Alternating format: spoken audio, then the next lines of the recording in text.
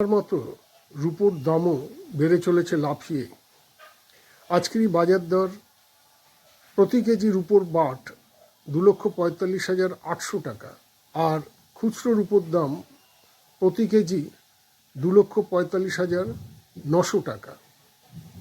স্বাভাবিক কারণেই এত দাম বৃদ্ধিতে ক্রেতা সাধারণ পড়েছেন অসুবিধায়, কারণ সোনার মতো রুপোর ব্যবহারেরও চল রয়েছে। প্রতি কেজি রুপোর দর যেভাবে বাড়ছে তাতে রুপোর সামগ্রী, রুপোর মুদ্রা, রুপোর গয়না কিনতে গিয়ে সমস্যায় পড়েছেন ক্রেতা সাধারণ। অন্যদিকে রুপোর মান নিয়েও নানা অভিযোগ ওঠে। এবার ব্যুরো অব ইন্ডিয়ান স্ট্যান্ডার্ডস রুপোর মান উন্নত করার দিকে নজর দিয়েছে।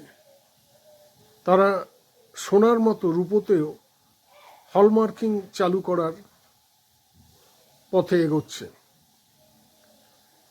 এই হলমার্কিং হলে রুপোর মান উন্নত হবে বলে আশা করা হচ্ছে।